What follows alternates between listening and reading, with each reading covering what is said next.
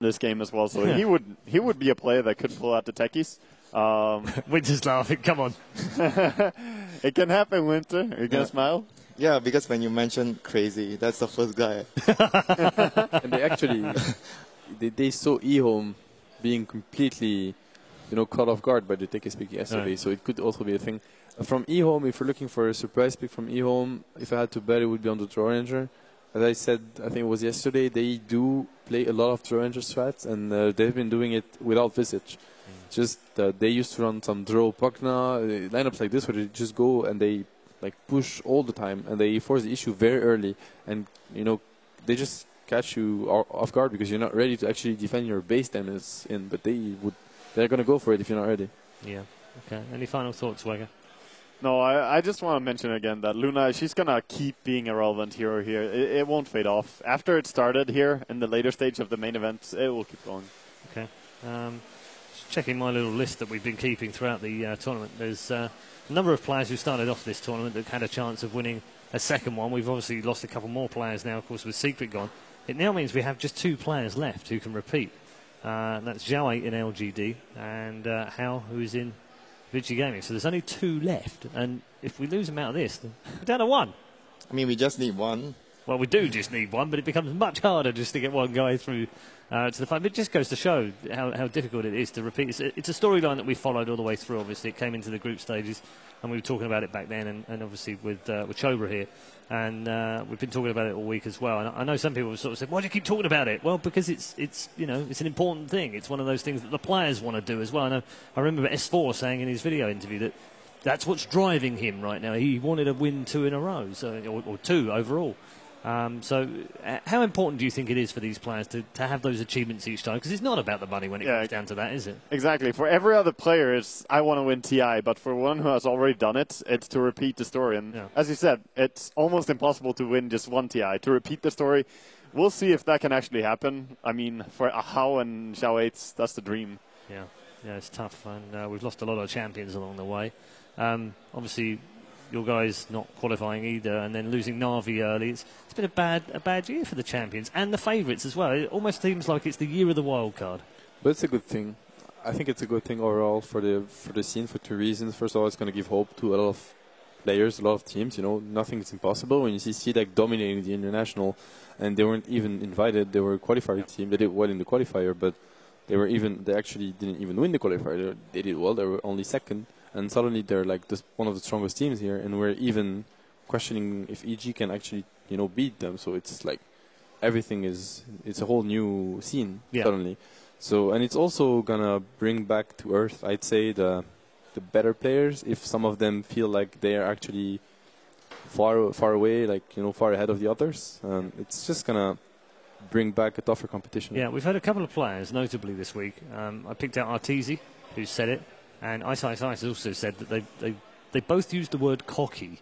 And I picked up on that because it's exactly what we'd set up here. Was maybe they were a bit cocky when they went out there, going out in their shows and went, and they admitted to that. And I think that's really humble of them to do so. So it's a good identifier that they've gone, hang on a minute, we kind of got carried away here with the whole, we're really good and we're going to win this easily. Yeah, but sometimes players realize that too late. And I think that's why we've seen a poor performance from the champions TI4, TI5. The only one that was really close, I would say, was Na'Vi in TI3 that actually almost got it. But everyone else, they just don't have that same hunger. After you've already proven that you're the best, like if you win another TI, you just prove that you're the best again, right? It's not nearly as strong as someone who doesn't believe in you. It's like, oh, you guys are good, but you haven't won a TI yet, right? We saw it in the G interview, although that interview was a bit, but there was some information in it, and he actually said at some point we wanted to beat Secret. So not only they wanted to win and go further, they also wanted to prove that they were better than Secret. And I feel like when you're Secret, sure you want to win and move on, but you don't necessarily want to beat Virtus Pro.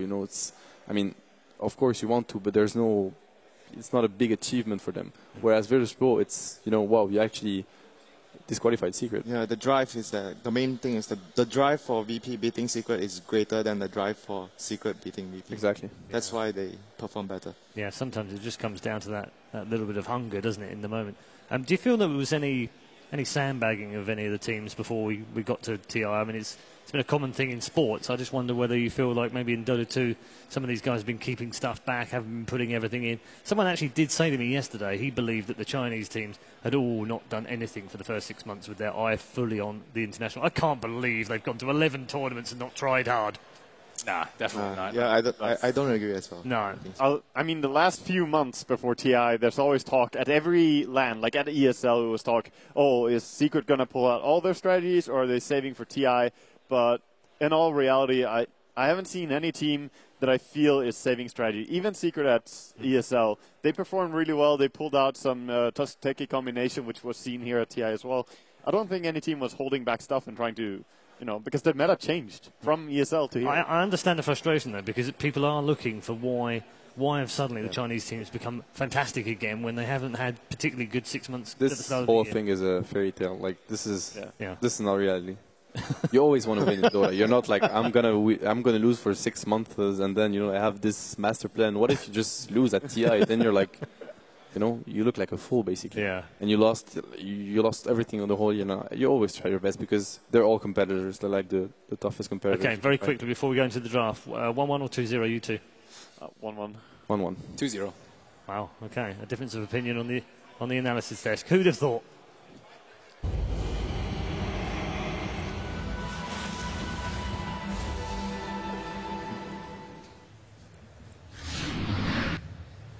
E-Home versus VG Gaming. Game. All right.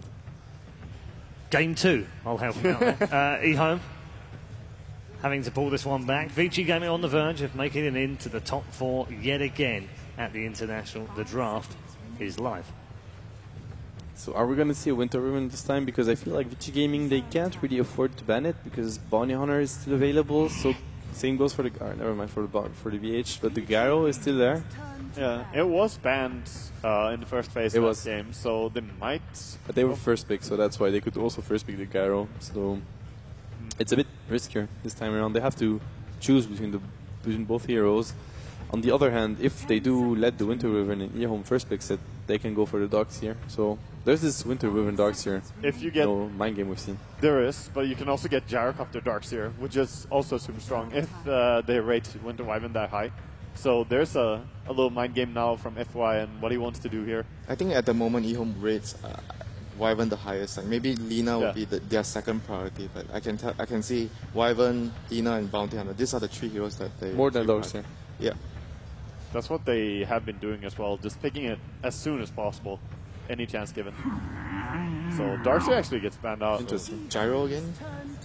They're targeting RTK, aren't they? Like, they realized last game, managed to shut him down, wanna keep trying to hold him back because then E-Home doesn't really come online. Yeah, it really felt like ROTK not being able to have the impact he usually has on the game made them. They felt just weaker overall because of that. Yeah, and we mentioned about this before. With ROTK leading a team, you need to give him a good start. If he doesn't get a good start, he's not going to be, like, the presence of him in the game is significant. A good start to him isn't really like, he doesn't need to be like 5-0 and super fun. No, he just needs a decent start so he has what he needs to take the fights correctly. That's basically it. Queen Winter Wyvern. Wow. So the Winter Wyvern got through for the first time against these two, and it got picked. No surprise. Queen of Pain as well. Good combination. I don't know. Winter Wyvern is just super strong against Gyrocopter as well. What about Undying for E-Home? It could be a hero that I think it's a hero that fits them in the sense that they like to be very aggressive. They like to team fight a lot. It's a great team fight hero. Great hero to just take objectives. I don't know.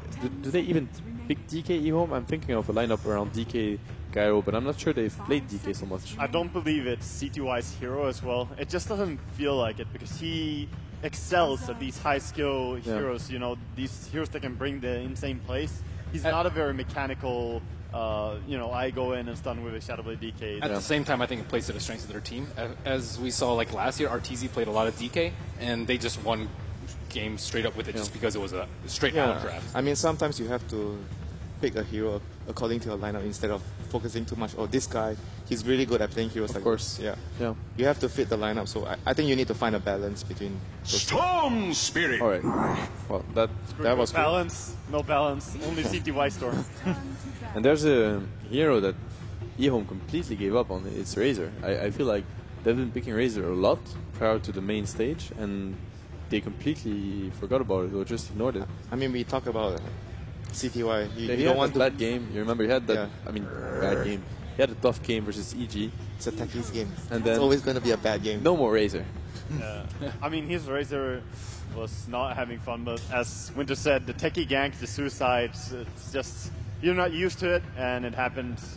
You lost to an Ember, it's really rough on lane. Storm has been super successful so far. He has been every game, and it's not just about winning or losing, it's about the impact he has in the game. Like, it really shows how his initiation can be super important for a team. Definitely. Because he can start the fight, and then Gyrocopter or any other hero that you have behind can just roll in and take the fight much easier as the enemies kind of spread out. I think the bigger reason why he's so successful is, I think Loda mentioned previously, teams have been prioritizing and picking two cores, like a double core, dual core lineup, and Storm at the same time, he's a core that can control the game, can He's one of the best. act as like a ganker as well. Yep. He's just there's so much usage of the hero, and he secures the late game. You feel safe when you have Storm plus Gyro. Yeah, and the other team, they have to feel pressured when you know that the Storm is going to get farmed. At the same time, though, not a terribly easy lane for Storm Spirit. We did see CTY die a couple of times in that straight 1v1 matchup. But Winter Wyvern, pretty good versus them. I'd be pretty happy if I were VG.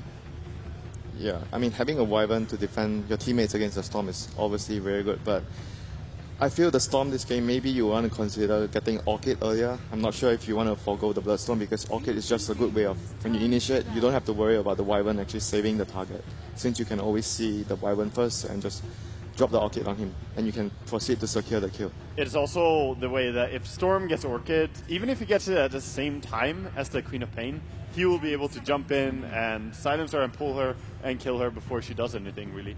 So I think Orchid first is better for Storm, and it's going to be, as